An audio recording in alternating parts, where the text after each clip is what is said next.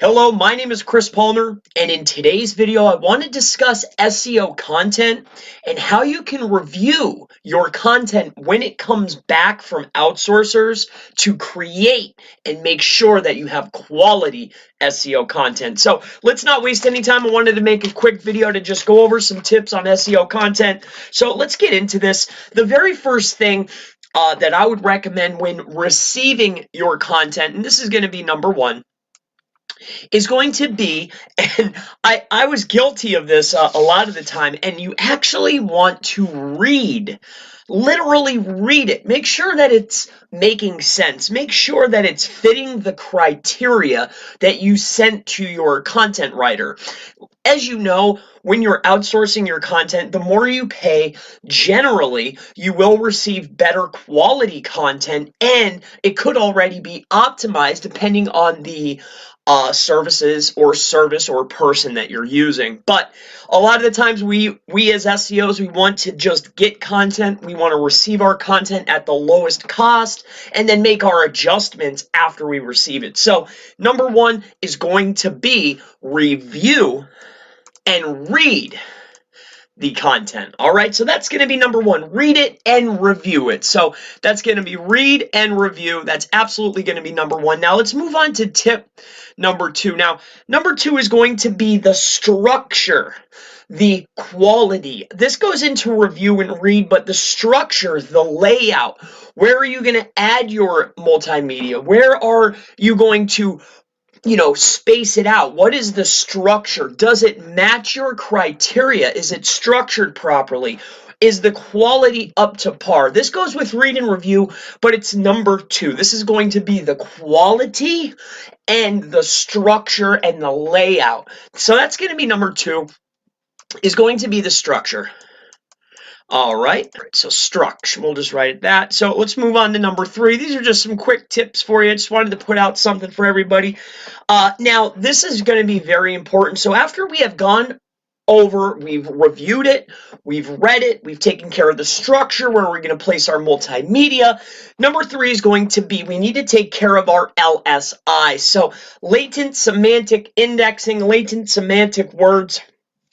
These are the words, right, that come up inside of a paragraph or a sentence or in the conversation when talking about a topic or a niche. So if you are selling laptop computers, words that would come up a lot with laptop computers might be mouse, keyboard, screen, things of that nature. So your LSI, making sure that there's LSI to make sure that it's the most relevant, right? It's LSI equals relevant to the topic or niche. So we need to make sure that our LSI is up to par and matching the topic or the niche, because this is how, in my opinion, one of the ways that Google determines how related or how relevant, and will also determine the quality of your content. So number three is going to be adjust, correct your LSI. Let's move to number four. So keyword density, this is debated a lot of the time, but keyword density, TF-IDF, that's term frequency or your inverse document frequency. Basically, TF-IDF stands for he who has the most of this keyword on the page compared to the amount of pages that have been created is the one that will reign supreme. So taking care of your keyword density is still a priority for 2020 for your SEO content. You need to make sure that your term frequency and your keyword density is up to par with what is already ranking, along with the word count. This is very, very important, especially for 2020. So number four is you need to cover your density, right? Density. I hate writing with my mouse, but in any case, so we have our density, and the next piece of that is your TF-IDF. So the very last thing, and to me, I'm going to make sure I put it on the same page here. So To me, this is going to be very, very important. After we've reviewed and we've read, we've set up our structure, we've taken care of our LSI to correct the relevancy, make sure that it's relevant with what's already out there and better. We've taken care of our density and our TF, IDF. Number 5, what I like to do is throw it into a tool called Grammarly. Now, Grammarly, we're just going to write that in here, Grammarly. Now, there's numerous tools out there, right? Hemingway Writer is another one that I've used that I enjoy, but you get your content, you toss it into Grammarly, Grammarly Pro, and here's another tip for you.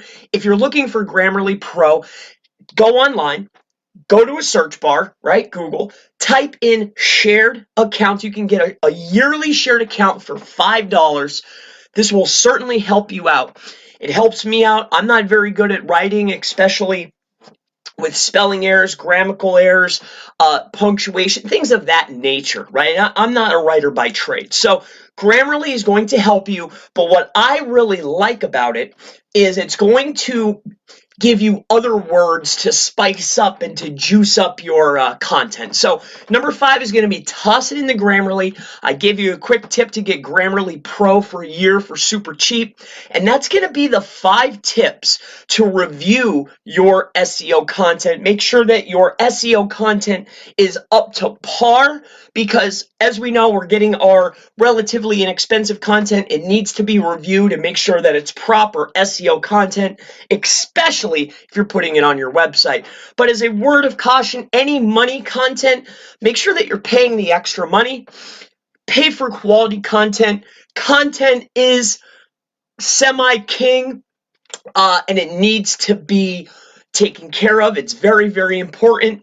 And if you have any questions regarding SEO content writing, about reviewing, reading, LSI, TF-IDF, anything digital marketing related or SEO content related, please leave it in the comments below, and I look forward to seeing you in the next SEO writing video. Have a wonderful day.